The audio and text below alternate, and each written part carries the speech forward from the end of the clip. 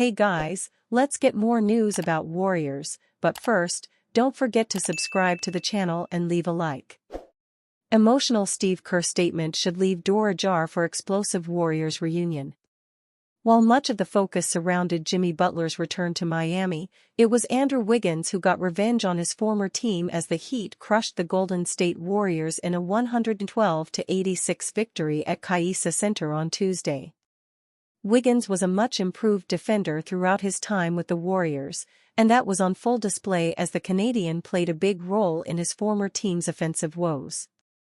Wiggins was a big part of the Warriors for 5 years, turning himself from a draft bust into an incredibly valuable two-way player who was named an All-Star in 2022 and was a critical part of Golden State's championship just months later. The Canadian didn't do much wrong when it came to the franchise's decision to trade him for Butler in early February. In fact, if not for his strong bounce back to form with the Warriors to start the season, his value may not have reached a point where Mike Dunleavy Jr. and the front office was able to move Wiggins for a player of Butler's caliber. It was just that Golden State realized that in 2025, with the ever-growing compilation of talent around the league, they needed a more proven second star to support Stephen Curry and get the best out of whatever remaining prime the 2x MVP has left.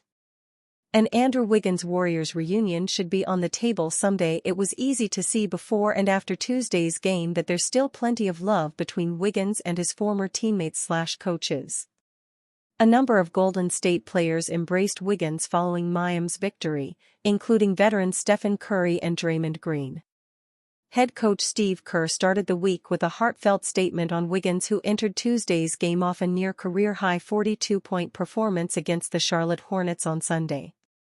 "We can't wait to see him, Wiggins, tomorrow, and hopefully he doesn't give us 42 points, but I root for that guy and I will for the rest of his career," Kerr told 95.7 The Game's Willard and Dibs on Monday. "Everybody loves Wiggs. Just an incredible human being, and we miss him around here." The ironic aspect is that Wiggins would probably still be a great fit in Golden State right now, with his 3-and-D skill set a nice complement to Curry and Butler, while his supplementary isolation scoring would be useful but not completely necessary. Unlike Butler's relationship with Miami, which ended under tumultuous circumstances, you'd suggest that there's still enough to love between Wiggins and Golden State to suggest that a reunion could be possible in the future.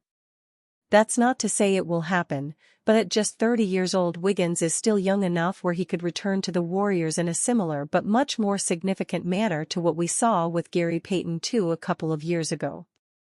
Jimmy Butler needs to put money where his mouth is for Warriors to contend.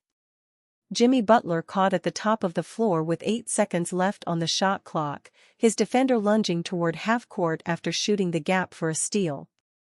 Only Tyler Herro was between Butler and the rim as he quickly turned on his pivot foot, seemingly primed to attack downhill. Instead of going right at the chest of his former team's most exploitable defender, though, Butler waited for Gary Payton II to set a ball screen, losing the initial advantage yielded by Haywood Highsmith's gamble. The result of that passivity was just as frustrating for Golden State Warriors fans as it's become predictable since the future Hall of Famer's arrival from the Miami Heat at the trade deadline. The ball immediately found its way back to Butler after Payton, shocker, opted against launching an above-break triple. Miami had recovered by then, relegating Butler to create with the half-court defense set and shot clock ticking below 4 seconds, the type of distress players of his caliber routinely overcame on the path to undisputed stardom. Butler is a different kind of a star.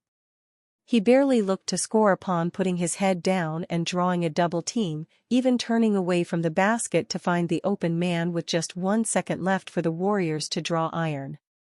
The ensuing shot clock violation was the Dubs' third of a rough first half, one in which they managed just 40 points on 35% shooting. It's not exactly surprising that Golden State once again struggled to score without Stephen Curry. The slumping Heat were desperate for a win on Tuesday, with both the postseason looming and Butler back in South Beach for the first time since his acrimonious exit, too. Still, any expectation that Butler might flip the switch to playoff Jimmy early under those special circumstances was gone well before he settled for a shot clock violation just moments before intermission.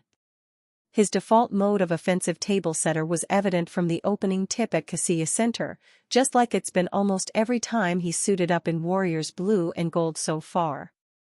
Butler finished with 12 points, 6 rebounds, 2 assists and a steal on 5 of 12 shooting in Golden State's blowout 112-86 loss to Miami.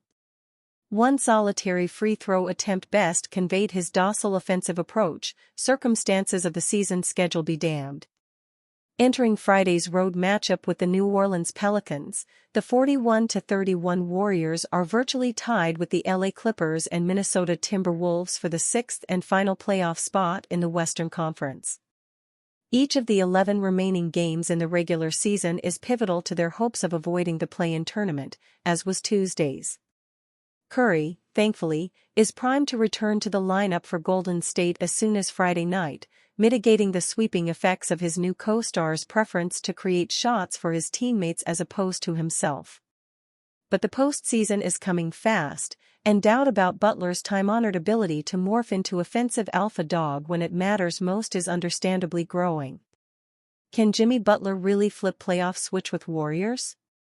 Don't count Butler among a burgeoning group of skeptics regarding his late career scoring chops. He seems fully intent on leveling up with the Warriors in that regard come playoff time, just like he did with the Heat, twice leading Eric Spoelstra's team to the NBA Finals. I'm not just a scorer. I could score whenever I want to. I could shoot the toughest of toughest shots if I wanted to and nobody's ever gonna say anything, Butler told reporters following Golden State's win over the shorthanded New York Knicks on March 15, but I want to get everybody involved. I want to get guys in their spots. When it's my time to score, you'll know that it's my time. But until then, I'm going to pass the ball to the open man, get my guys some jumpers, get them out in transition and we gonna keep winning. A former junior college transfer who cut his baby teeth in the league as a role player, Butler has defied the odds at pretty much every stage of his basketball journey. Even so, his next challenge figures to be one of the 35-year-old's toughest. Shaq had weird reason for why Jimmy Butler, Warriors got blown out by Heat. Jimmy Butler made his return to Miami on Tuesday night as he and the Golden State Warriors got blown out by the Heat, 112-86. The 35-year-old guard spent 6.5 seasons with the Heat before being traded to the Warriors last month after a very contentious final few months with the team that included Butler being suspended. Butler had a rough game against his former squad, scoring just 11 points on 5 of 12 shooting. Shaquille Oneal weighed in on the bad night for Butler and the Warriors, saying on TNT that the team spent too much time in Miami before the game to be ready to play at a high level. It's hard to hold a grudge for 5 days in a place like Miami, Shaq said. If I arrive on a Monday and we play on Tuesday, I'm still upset.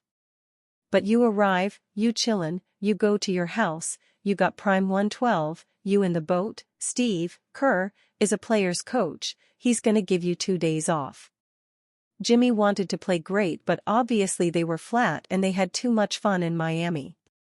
5 days in Miami? Concentration is at 0. Period. For any team.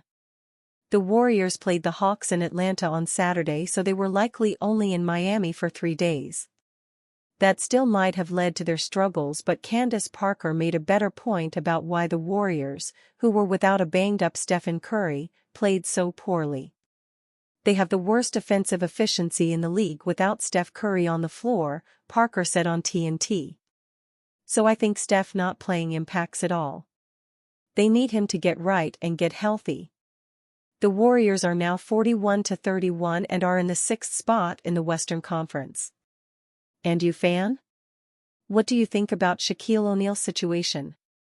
Write to us in the comments.